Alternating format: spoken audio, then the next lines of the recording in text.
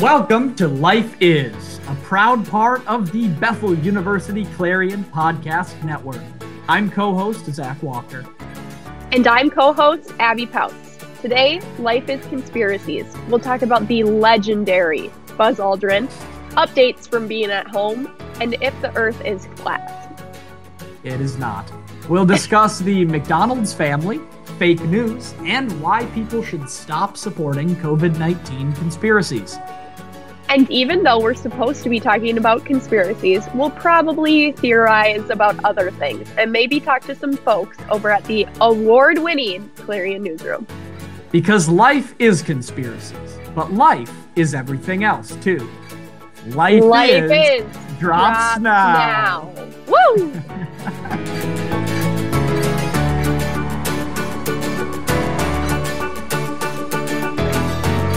All right. Hi, Zach. Hi. Very formal introduction. I know. Can you give me an update on your life? I feel like we haven't talked about an update. I feel like these last few weeks have gone slow but fast, and we haven't talked about home. What's up? Everything is. I get angry at myself talking about like this stuff because I feel like I'm just like saying the same thing over and over. And I'm just saying like, oh, it's such a wild time and it's weird and like nothing feels right. But it's true. I mean, like everything, like my life is like very uprooted right now. And I'm not like, I thrive off of like college to me is like more than 50% my relationships with the people around other than like the material. And that's how I'm like getting the material. And I love talking to my professors. I love hanging out with my friends and just like walking around and doing things and really being there.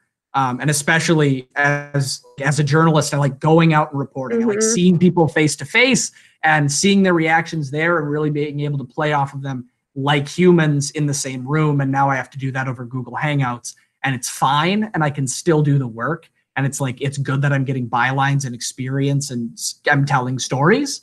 But I don't know, it's just not the same. I think one thing that's been really weird for me. I've never been like an anxious person. I've never, very fortunately for me, I've never dealt with a lot of like mental health issues or a lot of anxiety, depression, things like that. I've had like some breakdowns over this like Corona break. There have just been times where like, I usually am able to just like really slog through a lot of stuff.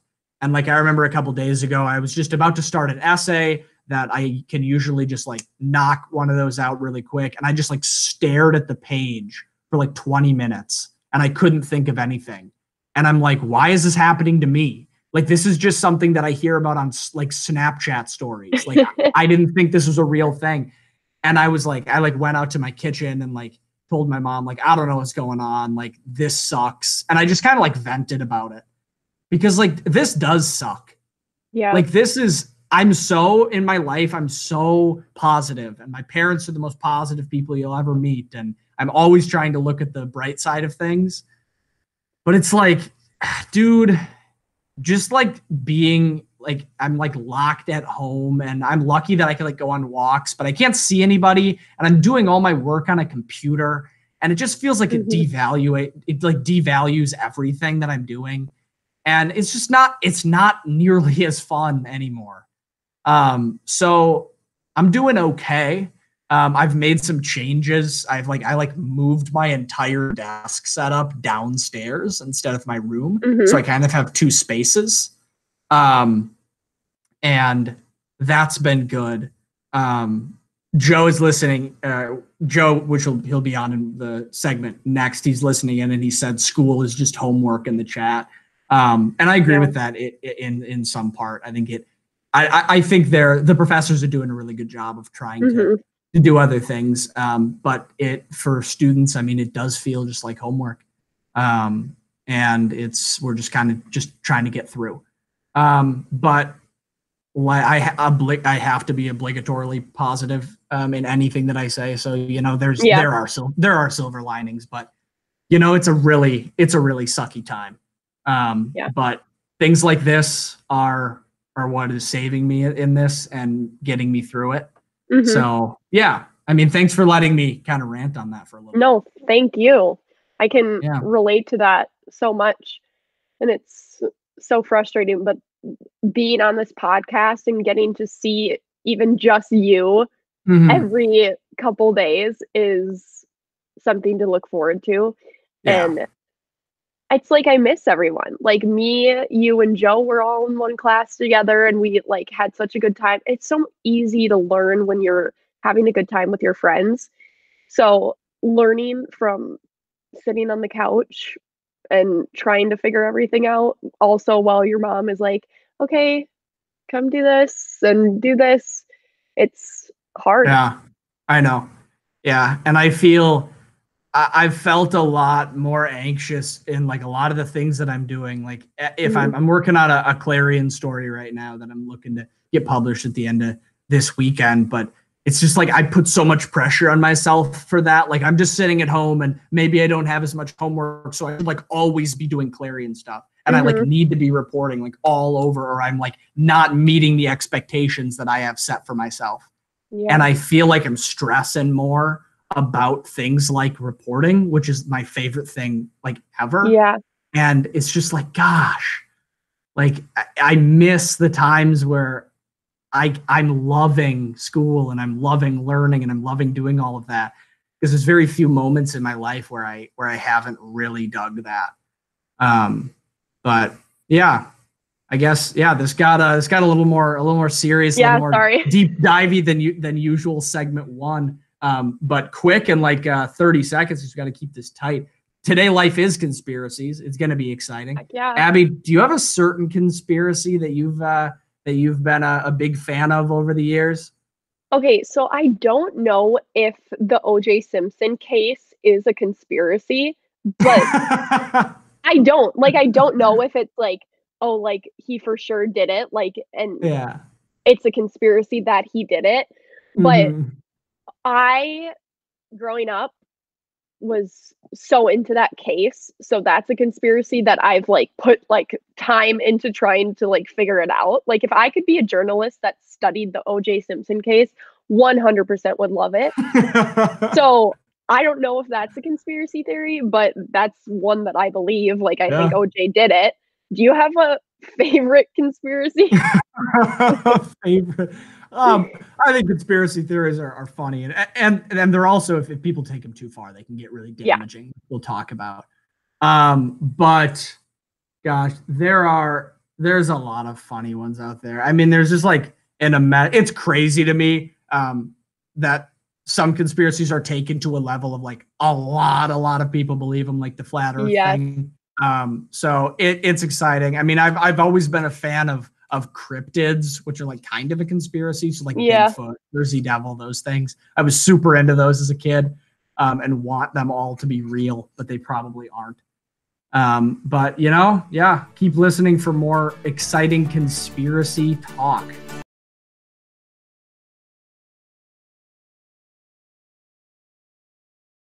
All right, so next we have a fellow vegetarian, Joe Heedy. The funniest guy I know. I'm forced to say that. You actually went for it. No, I'm the funniest person I know personally. Okay, so now we're just okay. So I give Joe his content, and he's confident enough to say it out loud, whereas I don't have the confidence. So Joe and I are a good team. Can I just say, I know this is a conspiracy episode, and I didn't plan this, but right now I have 7,777 unread emails in my inbox. It's also the 17th. Like, I'm just saying, like, if this isn't meant to be, I don't know what's going on. Like, it's crazy. So is the conspiracy that somebody is like hacking into your email? It's an epic hacker move? I think when I went on Wikipedia and looked at list of conspiracies, the Illuminati found out, and now they're messing with me. Yeah, the Illuminati has an entire division that's just looking at anybody who still thinks they're relevant. So they just have to just pile it on whoever that is. Joe, I have one question for you, and then Abby has a bunch of other questions for you. Go ahead. Do you know who Grimace is? Grimace. Yeah. No. from McDonald's. Oh, yeah. He's the purple guy. So Grimace is a friend of the podcast, of course. Nice. Abby, you would agree? Yes. Like Grimace, closest friend, probably. He is like Sully in Treading Warm Water. He's kind of my personal mascot, and he's the podcast mascot. We're not sure what he is. I think he's supposed to be a shake or a slushy or something, but he's a real man. If Grimace from McDonald's was part of any conspiracy theory, what do you think that conspiracy theory would be? Obviously that him and Ronald had a love child, and that's the hamburger. I mean, you had that planned. How else did they all get there? Like, how else did they all get there? Wait, so your conspiracy is that all the McDonald's mascots are related, and Grimace and Ronald are the parents? Yes. How else are they so tightly knit? Why would they be such good friends?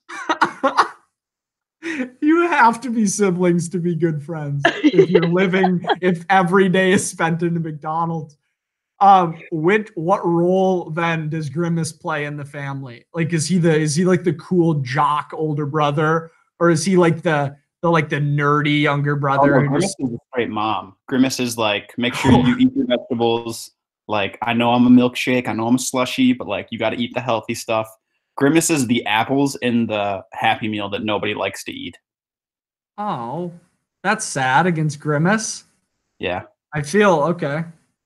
Are you heartbroken now? Do you want me to change? Yeah, Zach seems really Yeah. I think I have to sign off of the podcast. But I think that's a great theory. I love it that all the McDonald's characters are related. Or in one family. In one family. Joe, you gave us the idea for this episode, which we're deeply grateful for. Have you come packed with a conspiracy theory that you wanna rant on? You know, there's a couple that like I've really believed over the years that I take heat for believing. One is related to the moon landing. One is flat Earth. I think moon truther. I'm a moon truther. The moon is real. That's your conspiracy? Yeah. I think that we landed on the moon, but I don't think we landed when they say we landed. I think Apollo 13, the trip that went wrong, you know, the movie Tom Hanks was in it, that portrayed the events. I don't Wait, that was the first actual attempt to get to the moon. Wait, you said Apollo 13 was a movie. It's a documentary, right? Like, that was the actual moon landing? Oh, yeah, you're right. That was like Tom Hanks was playing Sully in the space. Oh, exactly. Well, that's the conspiracy I believe, is that Tom Hanks was the first man on the moon. Yeah, of course. I believe that. In Apollo 13. That makes some sense, actually. Just with, like, I don't know, the Cold War, I've done, like, research, like, when I was in middle school and high school, and, like, my dad always joked about it, and I, like, for some reason took it serious, but I don't think we landed on the moon, but we did. I think we did end up making it there, but I don't think it was when they said that we did. I don't think it was Apollo 11. I think Apollo 13 was the first actual mission to get there. And when they failed so horribly, that was like, well, we only have a few more shots to get there before we like just call it quits. Because how do you make it there safely twice before and then mess up that badly? Like, the mistake that happened with Apollo 13, I believe it was something with the rocket wasn't constructed properly. That has to be something that you take precaution and you know, hey, this is going to go wrong. Like, that can't be something that's just overlooked. So I think there's a lot of like stupidity behind like the fake moon landing theories, but I also think that there is some like, well, that kind of seems fishy. And I think, yeah. Wait, so are you still arguing that the original moon landing was staged then? And they just like succeeded later? Yeah. Okay. So you are a full believer in fake moon landing. You just believe that like we've gotten to the moon at a different point. Correct. Yes. So you think we faked it? Neil and Buzz faked it. The boys. The boys.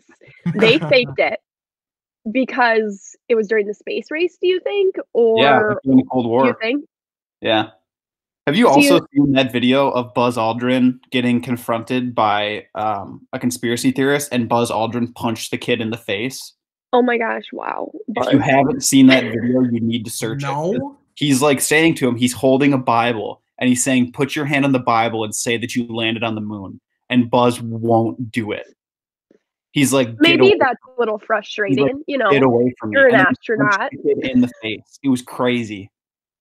What? How old was Buzz at this point? Buzz was older. The guy was probably in his like 30s or 40s too. Like Buzz, he was older already. I think this was pre-Dancing with the Stars though. What a great timeline point of Buzz Aldrin's life. Thank you. He has two main successes, and that is landing on the moon and being a contestant in Dancing with the Stars. Dancing with the Stars might be his best achievement since Joe doesn't think Buzz was on the moon. I think my other, not to like gloss over this because I'm not trying to hide that I don't have enough facts to back up this theory. But my other conspiracy theory is that Michael Jordan was caught gambling on NBA games, and that's actually why he left the NBA for the 94 and 95 seasons. And like, there's actually a lot of proof to say that like Gary Bettman had gone up to, or not Gary Bettman, David Stern. Sorry, got my commissioners confused. Yeah, of course. No, I do that all the time. Obviously. David Stern had like gone up to him and said, "Hey, we know you're gambling," and that's why he actually left to go play baseball for 2 years. Like it was a ban that they didn't want to like impose on their poster child for the NBA because he was the NBA in the 90s. But there's like a lot of facts that kind of back that up, and I think that's a very interesting take as well. So the basic theory, I am so removed from this theory. I feel like, Abby, you probably know a little bit about this. Joe, this seems like a theory that like you have a little community that comes together like every Saturday night and talks about hyper specific sports reference theories. Oh, of course. we wear our Debt Left Shrimp jerseys. Of course, yeah. Our communal hero. So the base take, because you cut out a little bit at the beginning, just so I remember, is Michael Jordan, when he left the NBA and went to the MLB, it was because he was gambling, and the NBA covered it up because Michael Jordan was the poster child. That's the take. Correct. Yeah, he was. There's a lot of facts that show, not facts. There's a lot of like, I'm going to say theories, but some of it I think is proven true, that he was gambling on NBA games and they caught him doing it. Oh, so he was gambling on NBA games. Yeah, and so they caught him doing it. So David Stern had said like, you need to retire or you need to leave the NBA, because otherwise we're going to have to like impose a ban or something like that. And that's why he left for the MLB, which is kind of like, it's hurtful to say in a way too, because a lot of the reasons that breaks my heart. A lot of the reasons why MJ said that he went to the MLB was because his dad wanted him to be a baseball player. But like, I don't know. It's such an interesting take that like, but like there's evidence that shows like the take is true, but there's also evidence to show like it's not true. So it's such a weird thing. And how are you the best player in the NBA and like most likely the best player of all time? That's a whole different theory. I know people like LeBron. I'm not a big fan of LeBron. Hot take. How are you the best player in the NBA and you feel the need to bet on games when you're already making enough money? Like, MJ just doesn't seem like that kind of person to me. And I know him personally, for sure, obviously. That's why I'm talking about him in a way where he's my friend. He's a family friend. Yes, close friend. He just doesn't seem like that kind of guy. It's a real McDonald's character situation. Where you grew up in a fast food chain together. I think I hadn't heard this take before, but I think the most convincing piece of evidence that I have heard is that the reason that the stated reason that Michael Jordan went to the MLB is because his dad wanted him to be a baseball player. That seems like extremely like a cover up. Like, one, it's just like that doesn't seem like a thing that could apply to anyone in the world other than like super athletes like Michael Jordan. And it just seems like, say that again. He was not good at baseball. Like I think he batted like a 195 or like some terrible bat. He had terrible batting average. He wasn't the best fielder. He played with the Chicago White Sox in their minor league team and their farm system. Like he just wasn't like there's the ESPN 30 for 30 on it called Back of the Bus, which is basically like his struggles in the MLB. And like just the whole thing was so weird. And then the fact that he comes back, he wins another 3 in a row. Like, why would you retire when you know you have that much left in the tank? Like the fact that he still had 3 championships left in the tank and he's going to retire after at arguably the height of his career. Like you could say he was in his prime probably at the end of his first three-peat. Like after they had just won 3 in a row, he was at the height of his career. And like, then he retired? And then he retires, comes back for the middle of the 95 season, I believe it was. He loses, and then the next year they go 72-10. And they set the record for the best NBA team single season record of all time. Like, come on. Come on. Why would they let him back in to the NBA? Because that was like the theory is that David Stern had said like you need to serve like a 2-year suspension. And like we can let this come out or you can just retire. And that like he talked him into like letting him come back into the NBA. And then went and played baseball. I don't know. I think odd that he would just go play baseball. Like, I feel like if you are in that situation, you'd go into hiding. Or another sport that people don't talk about. I think he did it because he needed like racquetball. Like he'd go and be a racquetball or a water polo player. Oh, water polo is so good. Instead, he went to MLB. You don't watch water polo. I don't believe you. During the Olympics, I love water polo. When they I swear, when they get like under the water shots, those people are athletes. They are like trying to drown one another. Like their muscular legs are like this all over. It is so fun to watch. It is intense. Water polo was my favorite thing to do when we were in like junior high swim class. So I've really enjoyed watching it. I promise you I watch it. It's not like I know like, oh, Sam Johnson is the best water polo guy ever. Like I don't know those facts, but he is. Sam Johnson from the award-winning Bethel University Clarion is the best water polo player ever. And this could be a different take, but we have to wrap this up. Joe, thank you for coming in and giving your sports conspiracies. Michael Jordan is not the best basketball player of all time. He is the worst baseball player of all time. That's a conspiracy. Thank you for coming on, Joe. LeBron is the best.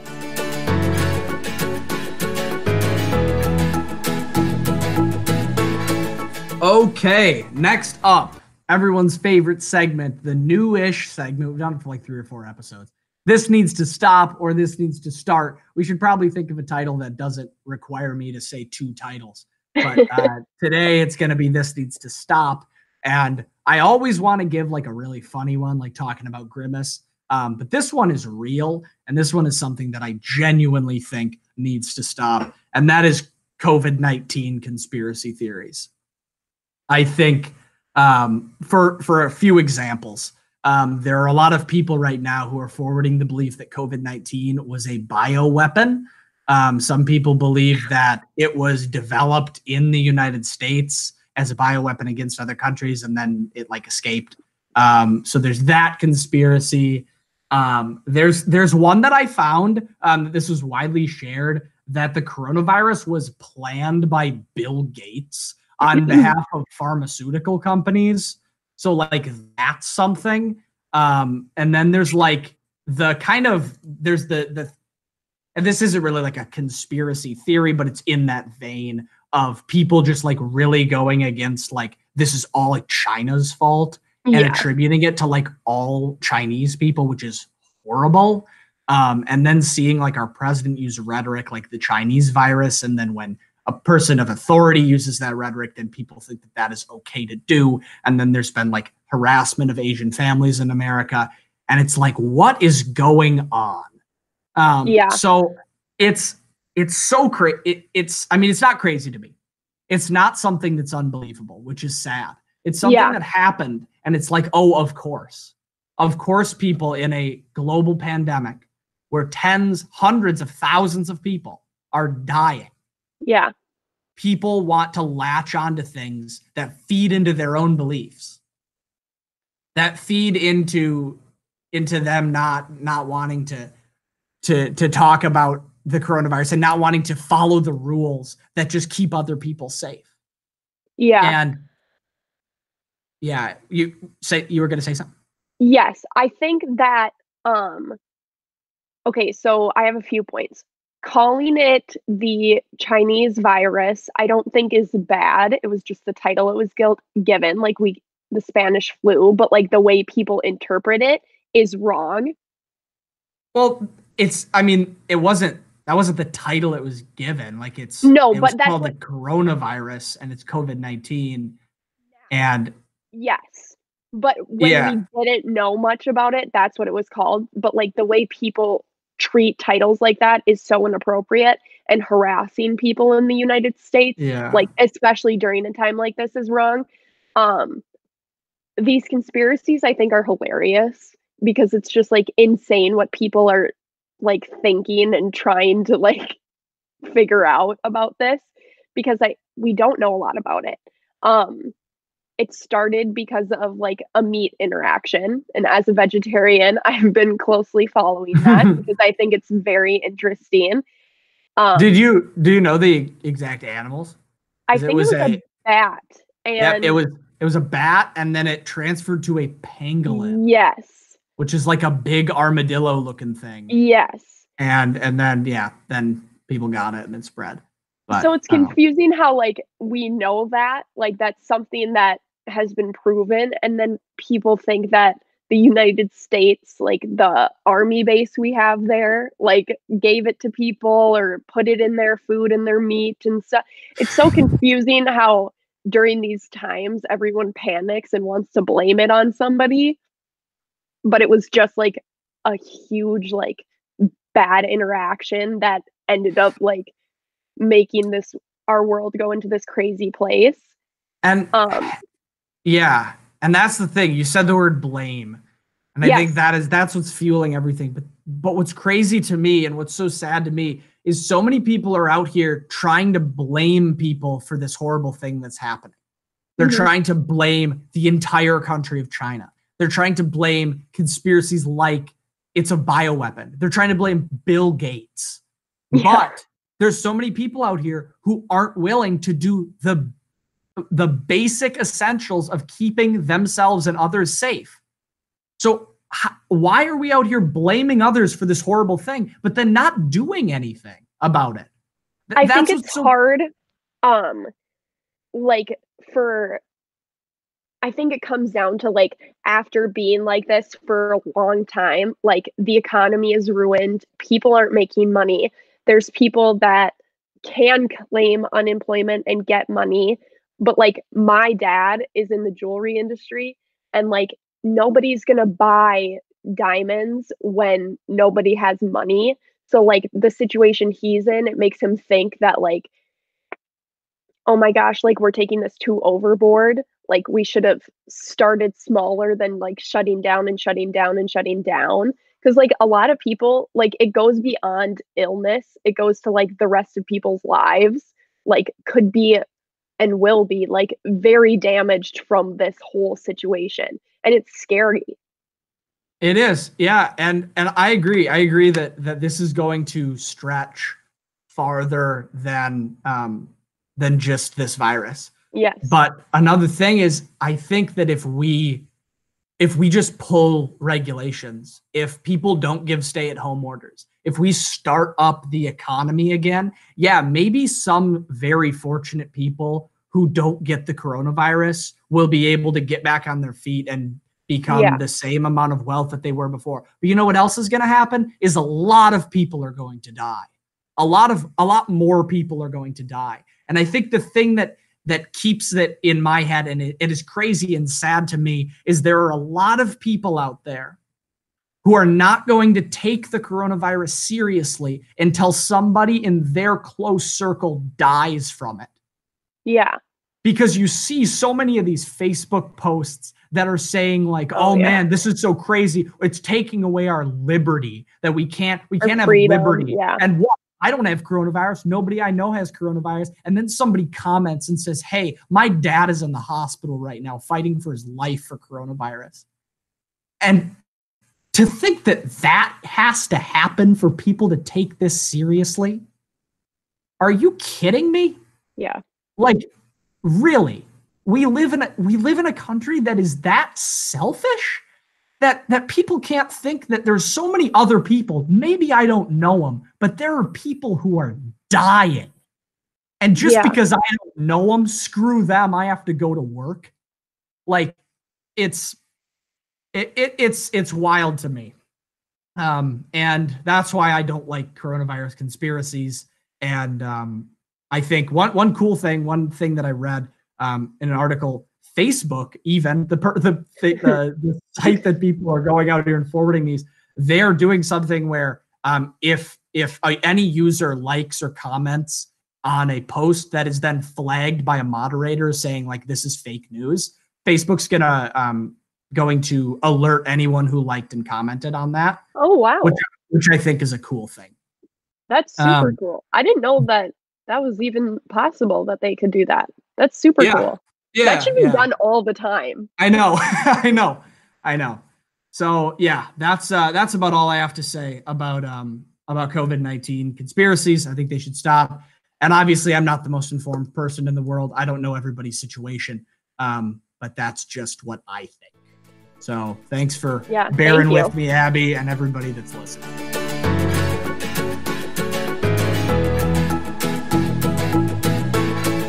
Okie dokie. Next up, we have my boy and Clarion columnist, Mark Ives. I'm here. Hot from Hudson, Wisconsin. Mark, how's quarantine been in like 20 seconds? I want to spend my 20 seconds on something more important. I was listening in on your Grimace conversation with Joe, and I did some research during that time. And Grimace's image on the McDonald's Wikipedia, it says the iconic and then in parentheses good Grimace, which implies that there is an evil Grimace somewhere out in the world, and they're like the yin yang of each other. And the evil Grimace is like in hiding, and they don't show him in ads. And he's plotting to kill and replace Grimace one day. Wait, that's my personal theory. That's not canon. So it's like a Victor Frankenstein and Frankenstein's monster situation. Yeah, or like an Us, Jordan Peele's Us situation potentially. Sure. Yeah, and the Grimace. Gosh, that's a whole nother podcast. Grimace podcast. Of course, there's a Grimace canon. Scott. I mean, Scott just asked if there's a Grimace canon.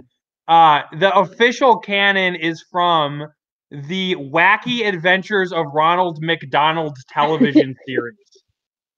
Is the principal canon of Grimace. Do we know what Grimace is? I think Sam, we've talked about Grimace a lot on the podcast because he's the mascot of the podcast. Yeah. Sam thinks he's a shake. I don't know what he is. I kind of like thinking of him as some ambiguous form, like an entity. The Wikipedia says he's just like a mysterious blob creature. Also, how much do you think it would cost to buy Grimace from McDonald's? Because McDonald's doesn't use Grimace, right? Like buy the character rights? Yeah, like could Bethel make Grimace the school mascot? He can't be that expensive. Call up McDonald's. Call them up. I feel they have so many other things. Yeah, they have so many other things that they're focusing on. The whole game. Well, they haven't used Grimace in a decade. Yeah, exactly. And I wonder if there are people out there like us with more money than us that are doing this thing that want to buy Grimace, or do you think like a majority of people have just swept Grimace under the rug and like, oh, he's not a thing anymore? Because if we called up McDonald's, would they be interested in an offer? If I had to bet money on it, there was a 15-second window in the Michael Bloomberg campaign where he considered making Grimace his mascot. That's what I think. And Grimace Grimace as Michael Bloomberg's mascot would stand for like what's inside of a big gulp, and Grimace would be horrible, and he would like kill children and stuff. And then he'd take the big gulp away from Grimace, and Grimace would slim down. And once he's redeemed, he would be Bloomberg's VP pick. Yeah. Bloomberg Grimace 2020. Oh man, what an entrance. What an entrance. I think everything on this podcast should be Grimace centric. Well, this episode is called Life is Grimace, correct? It is. Every episode I've gone into where we host the podcast. I've changed every name of our 23 episodes to Life is Grimace. So that's what we're doing. All right. I want to talk about another Grimace-like character. Our boy Alex Jones. Of course. The human Grimace, some may call him. Abby, do you know who Alex Jones is? No idea. Do you want to take a guess, like how we described him as the human Grimace? I'm going to let Mark explain to you who Alex Jones is. Alex Jones is a radio host and internet personality based in Austin, Texas. He's a squat, thick, debatably rotund man. He has like a dad bod because he does look muscular. He looks muscular, but like round, and he's very loud, and he talks like this, and he loves conspiracy theories, and he supports Donald Trump, and he, thinks 9/11 was an inside job. Basically, name a conspiracy theory, and he supports it. So that's your boy Alex, and on Life is Conspiracies episode, I wanted to bring up Alex Jones because I think we, like in Joe's segment, we had a lot of fun talking about conspiracy theories, and they're fun, like making fun of like the flat earth and all of that, and like trying to like dig it, even like darker ones like the JFK assassination. Like there's an episode of Treading Warm Water plug about the JFK assassination, and that's like a good time to think about that. But also, if people take conspiracies way too far, like Alex Jones, it can be like really bad. So I have an article pulled up here with a few of Alex Jones's most famous conspiracy theories. And he also has a couple on the coronavirus, which I'll let Mark talk about in a little bit. Yeah, so when you Google him, I just Googled Alex Jones. The first thing that comes up is FDA warns Alex Jones to stop pitching bogus virus remedies.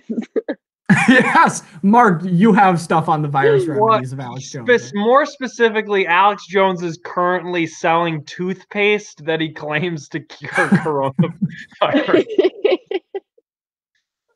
And that's, and it's funny, but also these are scary times.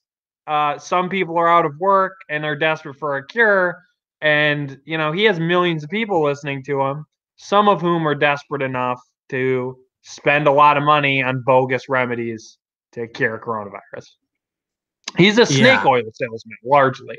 Because something that's not talked about a lot with Alex Jones is that he peddles a lot of like medicine and like bogus medicine and remedies for things that he scares you about. Like there's an iconic clip of Alex talking about how the water is turning the frogs gay because the government is putting like estrogen in the water. But what people don't see is seconds after that, he says, "Oh, and go to our e-shop. I'm selling a water filter that will take the estrogen out of the water and stop you from being feminized by the water." So that's his business model. Abby, would that sell you on his filter? I'm amazed that I have not heard about him and that these things are real. Wow. He's an excellent example of a lot of terrible things in America. Yeah, I think Mark, when do you think Alex's heyday was? Because he's gotten like really shut down with defamation suits, which I'm going to get to. And like people taking him, like he can't be on YouTube anymore. And I think his heyday was a couple years ago, right before he was taken off of like every platform. Because the reason he was taken down is because he had such like a crazy influence and was like being super destructive and reckless with his claims and like calling people to arms vaguely on a lot of issues. Like there were a couple occasions where he said, you know, the US government's going to start the Civil War on October 31st and we need to have our guns ready. And so like, you know, and harassing Sandy Hook parents and you know, just generally horrible behavior. So that was the one that I was going to get to. And the probably most like devastating thing that he's ever done, and the thing that like got him really, really in trouble, is Alex Jones went on a like campaign against his conspiracy was that the Sandy Hook shooting was staged and was a hoax. And he like was going after the parents, saying that like they supported this, and he was saying a lot of things that made his immense amount of followers like start harassing these parents. And he got hit with a defamation suit because these parents were the parents had to relocate from their homes because people would like keep coming to their homes. They knew where they lived, and they were like yelling at them, harassing them, all of that.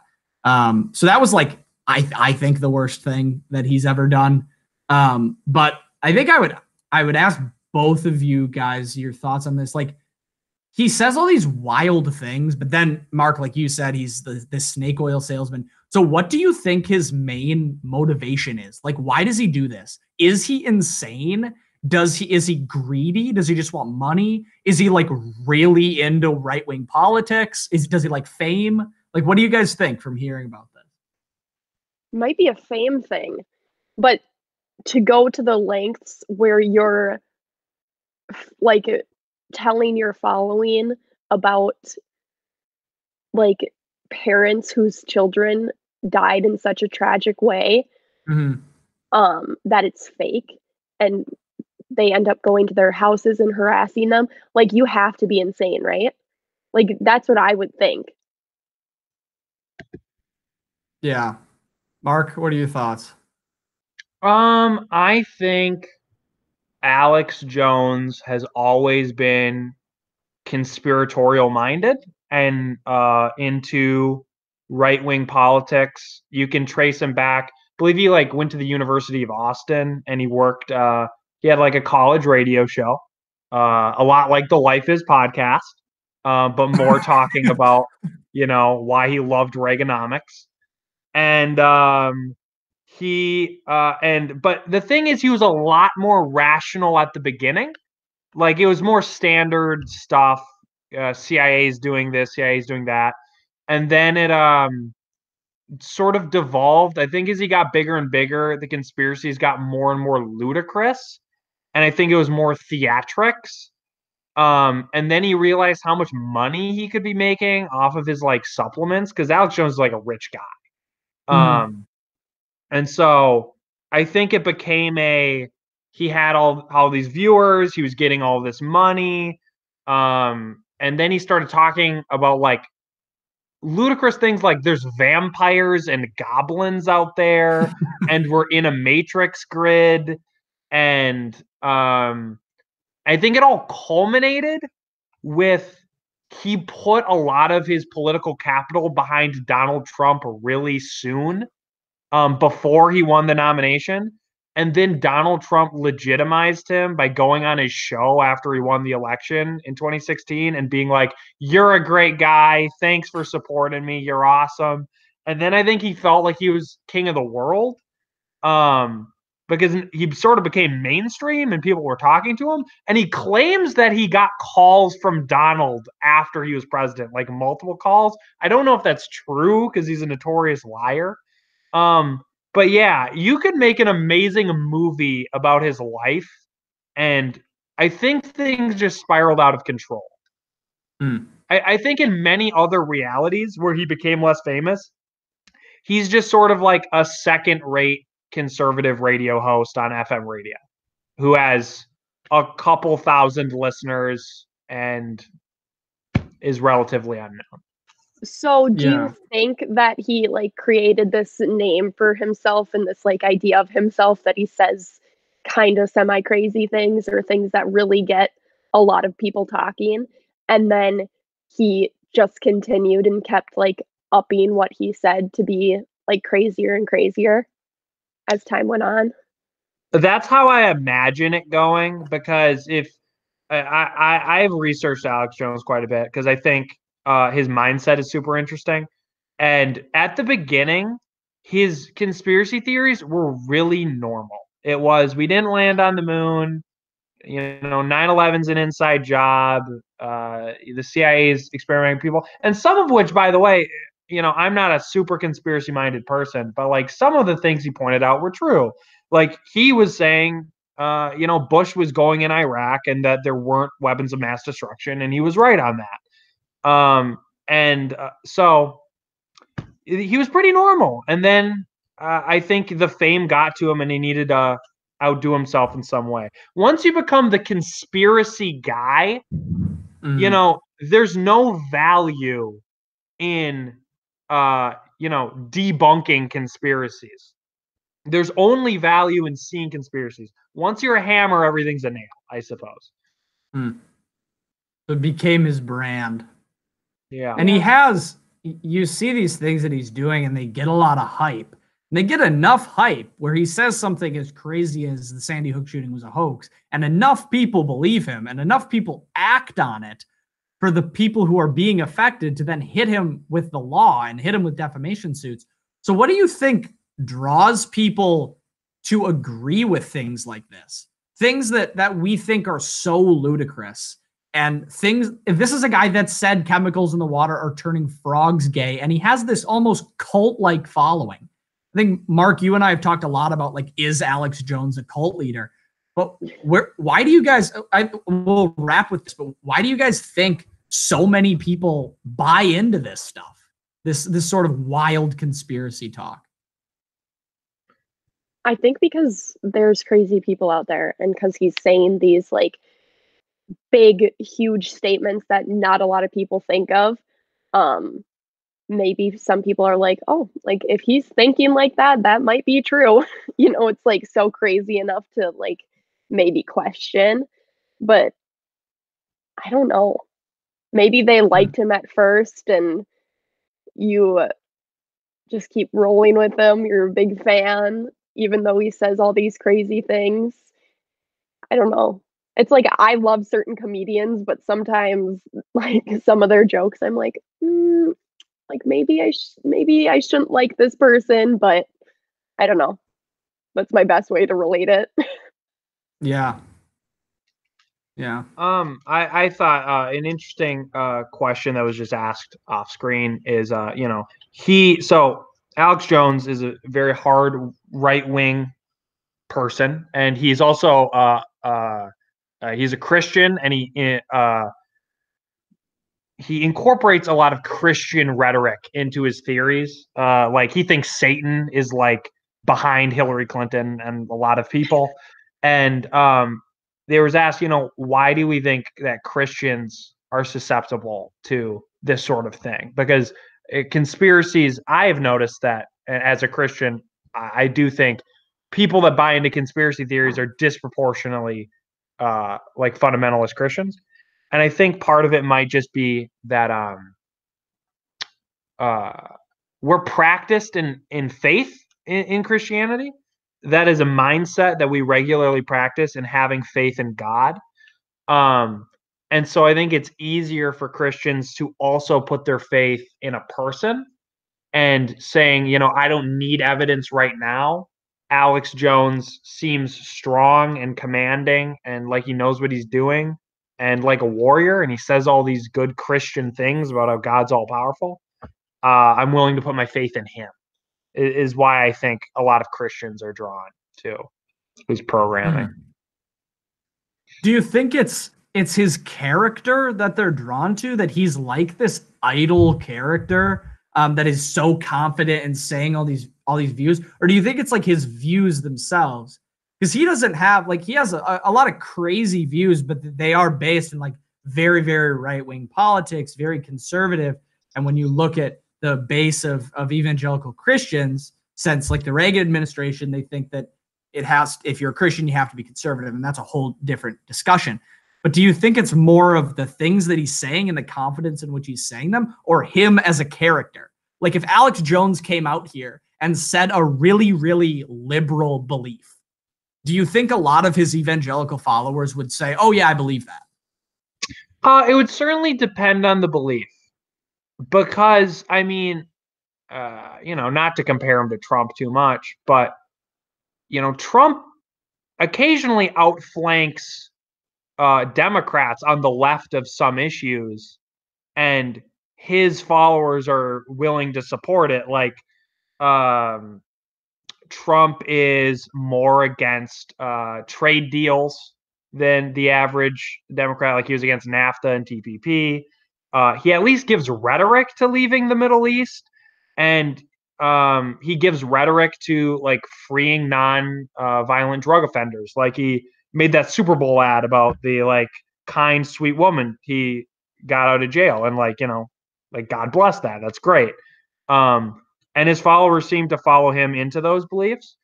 I think there's a line, obviously, like if Alex Jones were to completely go against his brand, yeah, I think people would abandon him.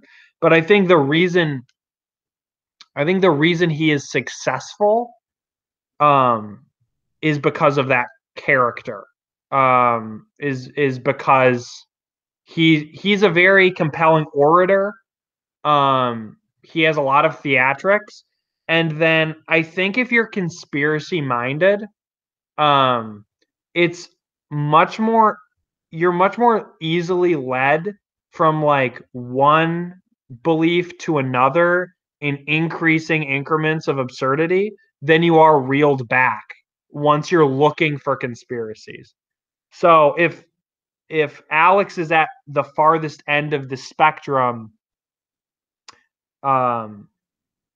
he's catching those people that are trying to go as far as they can. Because there's not that many moderate conspiracy theorists out of there. There are some who, believe that JFK was assassinated but nothing else. But there's a lot of people that have the mindset of looking for a conspiracy. That's what I think. But yeah. All right. Well, Alex Jones is an enigma. Is he a good guy? Probably not. Probably not. I think we can safely conclude he's not a good guy. Yeah. I think the debate is more around, does he believe what he's selling? Because I think that is interesting. Because it does seem as though he's convinced himself of the things he talks about. But there's moments where you see him calm that you do go, oh, he might be an actor. I don't know. It's a mystery. Yeah. Yeah. Because he has this absurd brand that people, it's almost a credibility thing. Like, I feel like if you ask a bunch of journalists, like, hey, is Alex Jones like one of you? Is he a journalist? They'd probably say like, oh no, that guy's like a phony. That guy's just a TV personality. But he has a site that has a lot of followers and can be looked at as like a journalistic, like news site. Although it's not journalistic, he's just showing conspiracies. And like if somebody like Alex Jones would go on New York Times or Washington Post and sell it or write an article and sell that as truth, and then it's like this crazy conspiracy, like they're going to get rocked for it. Like people are going to come after them and saying like, oh, you're just lying. And that's the thing that Alex Jones is doing. But he's just selling it on his own turf. He's selling it on his brand. So I guess people have just like accepted him as like, oh yeah, that's okay for this guy to do. But if you're part of like a reputable source, then that can't happen. Which marks out. It also depends that you have to think of the people that are reading the New York Times versus the people that are watching Jones, because they're catering to two different demographics. So the people reading the New York Times are probably a bit more skeptical than the people listening to Alex Jones. They probably also read The Economist. They probably also read, Time Magazine, whatever, you name it. But the people that are listening to Alex Jones, what are they listening to? Probably other conspiracy theorists on YouTube. And so their facts line up because they compare Alex to the other conspiracists on YouTube. And then the people reading the New York Times are comparing the New York Times to The Economist and whatever. And their facts line up. Yeah. So they're just both, they're both sources for different types of people. And it depends on the type of people you ask and asking, like, is this a valid journalistic source? Because a lot of people, if you ask that question, would probably think that Alex Jones is. So, I mean, who gets to make that decision? Because if you ask me, like, no, obviously not. Like, what he's saying is just blatantly a lie. And like legal proceedings have proved that. But yeah. Well, that's Alex Jones. Abby, do you feel like you know a whole lot about our boy Alex Jones after this? Yes, I feel like I've learned so much and that I need to do some research on him. I think you need to go and watch a lot of InfoWars videos is what you have to do. For sure. No, don't do that. Mark, thanks for coming on. It was a pleasure talking about Alex Jones and Evil Grimace. Yes, thank you for your insight.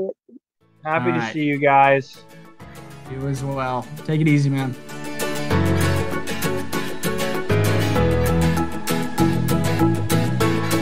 All right, Zach. So today, life is conspiracies. What if, like, picture a situation where all conspiracy theories were proven true, all of them? How would you feel? Like, would you be so disappointed in like let's say the big conspiracies, 9/11, JFK, like things where the government is involved? Would you feel so disappointed in our country? I think I wouldn't feel as disappointed in our country as I would be shocked that the majority was wrong. I think thinking about things like that, where it's like take a really, really widely held belief, like the belief that 9/11 was a terrorist attack. Like everybody thinks that. And then if in some crazy way it was proven to like actually be like an inside job or something. Yeah. I feel like people, there would be some like, you didn't tell us. Like, look at this. But people would be so shocked. Like, what else is a lie? Yeah. Like, I was wrong. Like, there are so many people, myself included, that are so very confident in that things like 9/11 was not an inside job, or the world is round. And like to think of something like that being proven, it's like I think the entire like foundation of life and all that you know like crumbles down, and you just don't know where you're living anymore. You don't know what is true. So yeah, it would be insane. The positive about that is that all my Grimace conspiracy theories would then be true, and Grimace would be part of the McDonald's family by blood. And I think that would make it a lot better. A lot better. Why do you think that we like conspiracy theories? Why do you think that a lot of people think that they're like a fun thing to get attached to? That's such a good question, because I think about this all the time, because I don't believe conspiracy theories, but because I've read about them, and then I okay, so for example, 9/11, I've been to New York, I've been to the 9/11 memorial and museum and stuff, and like seeing the structure of the building and actual, like, I don't know what they're called, but like actual things that were in the building holding the building up, I'm like, I question myself, like, oh my gosh, like how did that building collapse? That whole building made of these huge metal pillar things, like how did that happen? Like it's one of those things where it's like, oh my gosh, like what if it is real? It's just weird to think about.